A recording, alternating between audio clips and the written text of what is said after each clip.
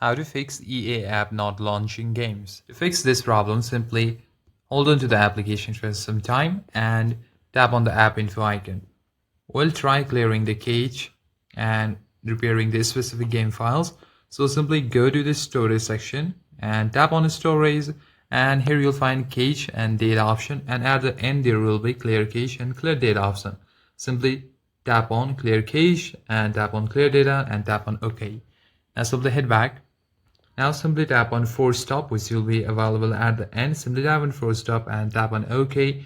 Now close all the application from your recents. You can do it individually by swiping up or just press on close all. Also, what you're going to do is make sure that your internet connection is stable. So turn on your airplane mode. Now wait for 10 to 15 seconds for it to reset your network connection. Then after that, simply turn it off and switch back to your Wi-Fi network connection.